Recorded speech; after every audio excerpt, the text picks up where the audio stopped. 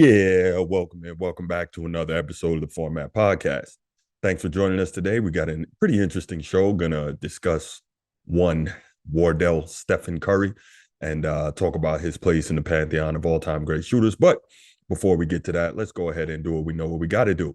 If you're right here on YouTube and you haven't already, please go ahead, click that subscribe, that like, and that notification bell so you can be made aware and stay on top of when new content comes out on the channel. And you'll be right here with us every time we drop something else. If you want the audio only version of the podcast, go ahead, open up your audio only podcast platform, hit the search bar, type in the Format Podcast, do a little search. We should come up. Go ahead and subscribe right there. If you enjoy the content here on YouTube, make sure you give us a like or give us that 5-star review on your audio podcast platform. We definitely appreciate it. Make sure you share the pod with other sports fans you know that want to hear that sports talk that's kind of out of the box and not just repeating everything else that you hear on all the other mainstream sports channels. Finally, make sure you do all this for us. It helps us rise in the algorithm. It helps us find more sports fans, helps more sports fans find us. And let's get right to it. Okay, so if you follow the NBA, you know that we're already into the first round of the NBA playoffs, and some of the series are already finished up with 2 games. And surprisingly enough, the Sacramento Kings, who haven't been in the playoffs for 20 years now, are actually leading the Golden State Warriors, the defending champion at that Golden State Warriors, 2-0 in their series. Sacramento is not playing now. There's a lot of factors to that. Golden State's been terrible on the road this year. Andrew Wiggins is just getting back on his feet from being away from the team for quite some time. Coach of the Year candidate Mike Brown of the Sacramento Kings. He was an assistant with Golden State through a couple of championships, so he knows those teams really well. He knows what they like to do. He matches up well against Steve Kerr. So definitely some things involved there. So it's not just flat out Sacramento's the better team, although by the end of the series, they may be the better team. But Golden State is down 0-2. And a couple of crazy things happened last night. Of course, Draymond Green and that dude is wild. But he was ejected from the game, and we can talk about that on another episode. But what I wanted to touch on here today is, as I mentioned, Sacramento won the game, and they won 114-106. But, down the stretch, Golden State had an opportunity to get right there.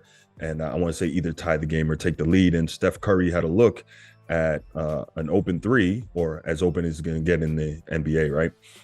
In the playoffs. He had an opportunity and he missed it. He couldn't knock it down. So now this kind of leads into the question of, is Steph Curry really the one? We often talk about Steph Curry as the greatest shooter of all time. And let's be real here. There have been a ton of great shooters throughout the history of the NBA. Wardell Curry, Steph Curry's dad. He wasn't a superstar, but he was a great shooter. You have your Ricky Pierces, your Glenn Rices, your Peja Stojakovic's. I can go on and on. Your Drazen Petrovic's. Of course, Larry Bird, Damian Lillard, Ray Allen, Reggie Miller, Klay Thompson. Those last 5 guys are generally the guys that are kind of brought up most in the greatest shooter of all time discussion. But most people hold Stephen Curry as kind of having that mythical title of being the greatest shooter of all time. He's made the most threes in NBA history. He's definitely the most prolific shooter. He literally, since he's come into the league, has changed the way the game is played in terms of the volume of 3-point attempts guys are taking, the range with which guys are shooting, how guys are shooting, all of that. And we'll get to that in a minute, but he's generally thought of as the greatest shooter of all time because he's almost the perfect mix of all those things, right? He can catch and shoot. He can shoot off the dribble. He can shoot with tremendous range. He's good in the mid-range. He's tremendous at the free throw line. So he's got all of these things together. But where it kind of counts most, at least for most people, is that he's not great in the clutch. So now the question is, even despite all the characteristics that he does possess as a shooter, not being great in the clutch, does that disqualify him from the greatest shooter of all time argument? And last night on The Odd Couple on Fox Sports Radio with Rob Parker and Chris Broussard, they got into it a little bit. And Rob Parker's, for a long time, he's been on the soapbox about Steph Curry not being the greatest shooter of all time. Let's hear what those two guys have to say about it. What'd you think, of the game? Were you surprised? Were you, The only thing that jumped out to me was, I told you about Steph Curry. I told you. What's there to tell? That he can't make a big shot. Chris, he had a chance to tie the game. He had an open look at the end of the game. Where's Steph with the dipsy doodle? He was two dudes. That was two guys. Chris, there. he got a good look at that. He had a shot. It was a good look, but it wasn't an open look. He had to avoid in the NBA. He got a clear look at the basket, and once again, he didn't make it.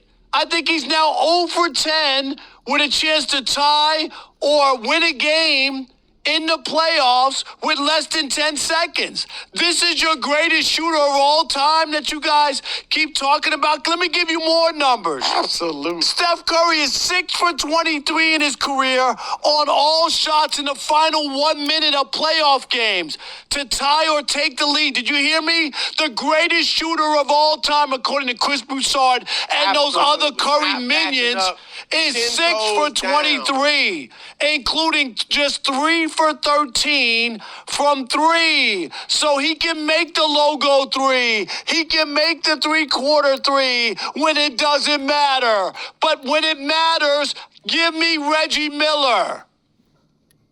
Give me Ray Allen. Give me any of those guys. Give me Michael Jordan. Anybody but Steph Curry in a big moment. And we saw what happened. We also saw history repeat itself, Chris, when we talked about the road, how bad they were. Everybody, the playoffs come. They'll just get it together and change things up, and they'll be okay. They won 4 of their last 5 games on the road. That's nice. But they look like that team. They struggled. They didn't struggle. They lost by 3 points. They were up at the half with 10 seconds left. They were up at the half. Right. Chris, So they had a nice lead. Yeah. That's struggling? In the second half, they couldn't finish the game. Had a chance to win. That's struggling? They couldn't They were supposed to lose. No, they weren't. They're facing the 3rd seed at home. No, they weren't. They won the championship a year ago. They have Steph Curry, the greatest shooter of all time. How many times are you guys going to finally buy into it? You can't be the greatest shooter of all time if you never made a big shot. So there you heard it. Rob Parker is adamant that Steph Curry's lack of big game shot making and big, playoff environment, NBA Finals, clutch shooting kind of takes him out of the greatest shooter of all time argument. So this is really interesting because, as I mentioned, there's a lot of reasons why you could have him as the greatest shooter of all time. But we're going to talk about some of those guys I mentioned, those last 5 guys that kind of are the main people in the argument for greatest shooter of all time. And I'm going to start with Larry Legend himself, Larry Bird. Now, the percentages aren't that great for him. And despite what JJ Redick had to say about it just being a function of math, percentages, makes, volumes, and attempts, it's just not that simple. When you boil it down to today's analytics-driven game, I get why he would want to say that. And again, I discussed this on a previous episode. The fact that he played in this era, he wants to protect this era, and he's been conditioned by the way the game is played and the way the game is trained and the way the game is measured in terms of success in the analytics-driven format. He doesn't believe that Larry Bird is the greatest shooter of all time. Now, a lot of people do in terms of his ability to make huge shots when it's needed. Larry Bird was just a shade under 90% from the free throw line for his career. And for each of these, I'm not going to run down all the stats for you because that would be the easy way to do it. But that takes away so much from really identifying how great they are, because a bunch of numbers is just that, right? We know stats and analytics don't always tell the story. So Larry Bird, I want to say just under 38% all-time three-point shooter. He's just under 90% from the free throw line. Just an outstanding shooter in the mid-range. As I mentioned, great from the free throw line, very, very good from 3. But he had some bad seasons from 3. And for his career, he's only 32% from the three-point line in the playoffs. Now, with that said, Bird made a lot of huge threes, but he didn't have that super high percentage. So, if you're driven by the numbers, you're going to say, well, Bird wasn't and shouldn't be in the greatest shooter of all time argument. But if you saw him play, and even if you go back, watch on YouTube, Larry Bird highlights and clips like what I'm showing here that you're seeing as I'm talking, or if you will listen to the stories told by his competitors, they'll tell you how afraid they were of leaving Larry Bird alone to shoot, because this is a guy that's going to tell you where he's going to shoot it from, how he's going to shoot it, what type of shot it is, and then he's going to knock it down. And he's going to tell you about that too. Larry Bird, one of the greatest shooters of all time. Is he the greatest? I don't know. The point of this show is not really to decide who's the greatest shooter of all time, but just to kind of talk about the topic. From today's era, Damian Lillard. This is a guy, logo Lillard, right? This is a guy that kind of followed in Steph's footsteps in terms of just absolutely incredible, what we call parking lot range. Pretty much as soon as he steps off the bus, he's a threat to make it, right? We've seen Lillard pull up and shoot from ridiculous distances constantly. We've also seen him make huge shots in the playoffs. One being obviously the shot that he made to send Paul George home, I think the year before the bubble, to send Paul George home in the OK City Thunder when, he pulled up almost from logo distance with Paul George defending him. Paul George afterwards said, it was a bad shot, but it went in. And most people would say, yeah, it was a bad shot. But Lillard has no problem and no lack of confidence in taking a shot like that and making a shot like that. He's another guy. He's a tremendous three-point shooter. I want to say, as a matter of fact, he holds the playoff record for most made threes in a playoff game with 12. So we know that he can knock those things down in big-time moments. Again, much like Bird, not a tremendous career three-point percentage. I want to say he's like 37% for his career. But this is a guy who can make a ton of shots and make huge shots when his team needs them. Okay. All right. Moving on. Ray Allen, the guy who Steph Curry broke the record for most made career three-pointers. Ray Allen, Seattle Supersonics, Milwaukee Bucks, drafted by the Bucks. So first the Milwaukee Bucks, then the Seattle Supersonics, then Boston Celtics, and then, of course, the Miami Heat.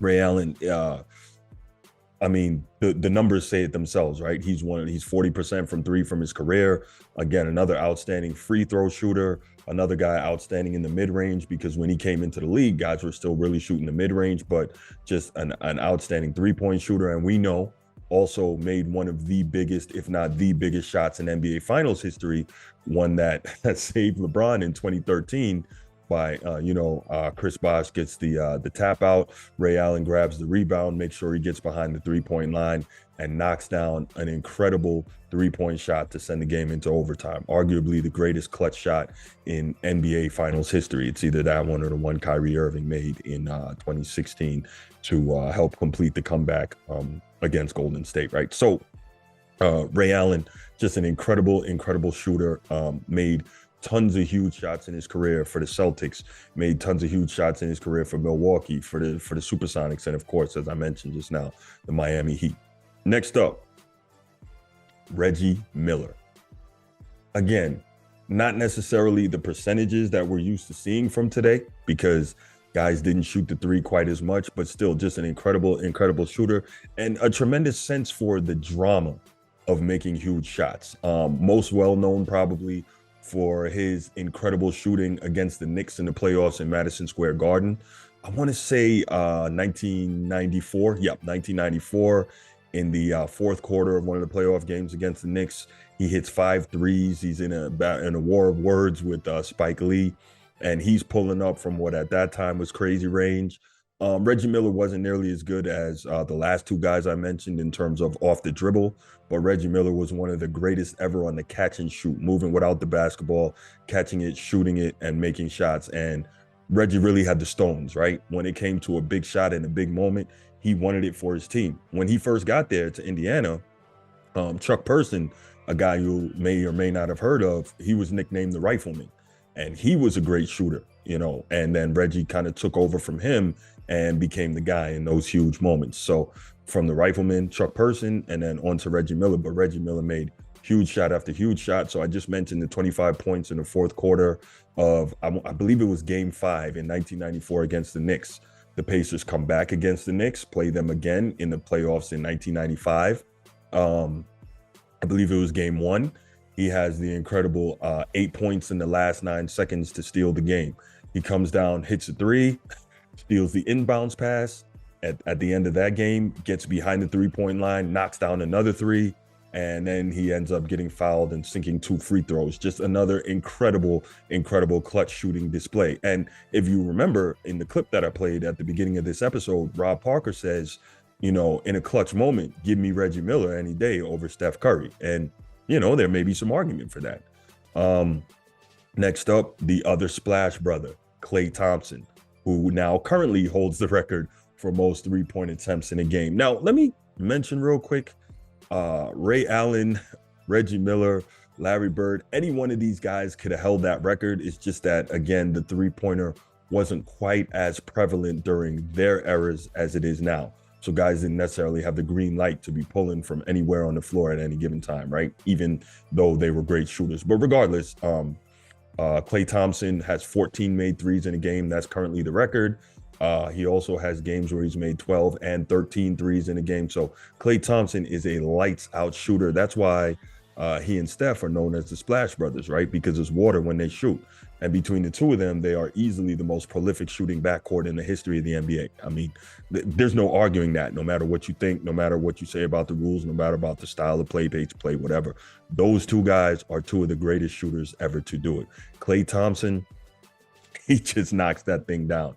I mean, he is a shooter. I want to say there's a game, Klay Thompson, I believe he had 60. And the crazy thing was him, much like Reggie Miller, is not the greatest shooter off the dribble. So he's a tremendous catch and shoot guy.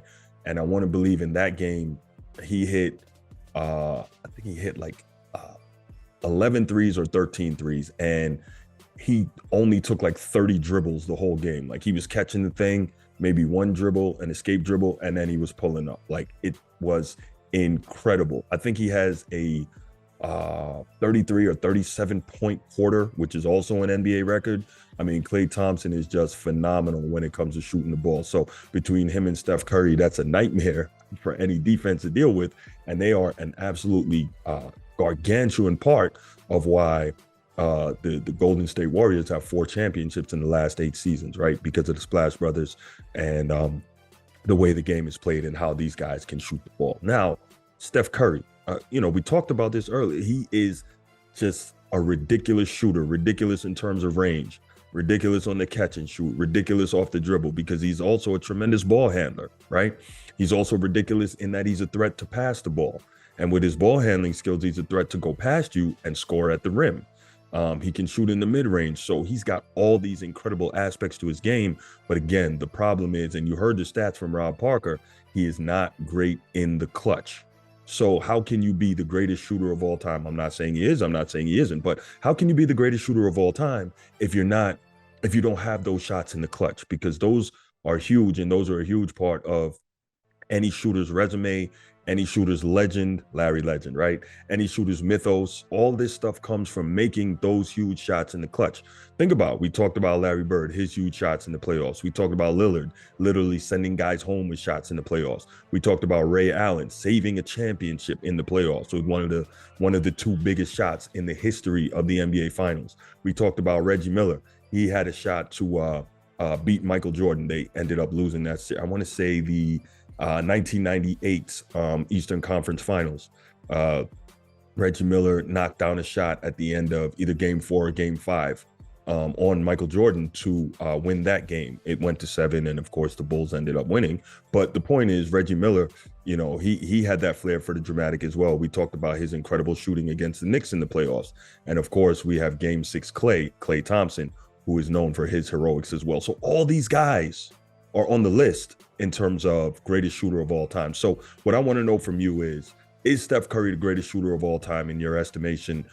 If he's not, who do you think it is? And what do you think goes into being the greatest shooter of all time? All right, thanks so much for checking in with me. Can't wait to hear back from you. And I'll be back next episode. And I'm out. Peace.